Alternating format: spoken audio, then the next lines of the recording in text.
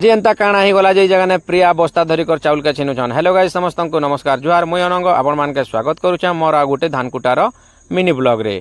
पहला करी तो तमे मने देखि पारुथबो इने आमे हलर जेते बेले पले आसला के धान कुटाबा लागि पले गनु खलखली सील के खलखली सील रे हमर सब धान के सुके दिया हिथिला। तो ई धान कुटाबा लागि प्रकृति रे केते लोग लागसी 3टा न लोग लागसी।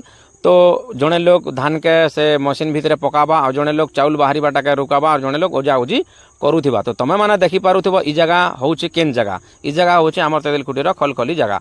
इटा गोटे बहुत बड़ खोला है। प्राय लोग इनके माने ताकर धान धुनी आनसन और सुखासन आउ हलर के डाकी करी धान कुटे देसन। तमके मन के मोर आगर वीडियो ने मुई देखैथिनी जे धान केंती करी उषा हेतिला धान रो प्रोसेस काना थिला जहाँ सब कही किंतु आज जेनटा मुझे तुमको कहमी इटा धान को 2 थर आम मेसीन ने डालसुँ तार जगह आम सेनु चौलटा बाहरी इटा देख धान के रुकौछन मशीन उपरे आ जड़े चौल के बाहरिले डालुछन।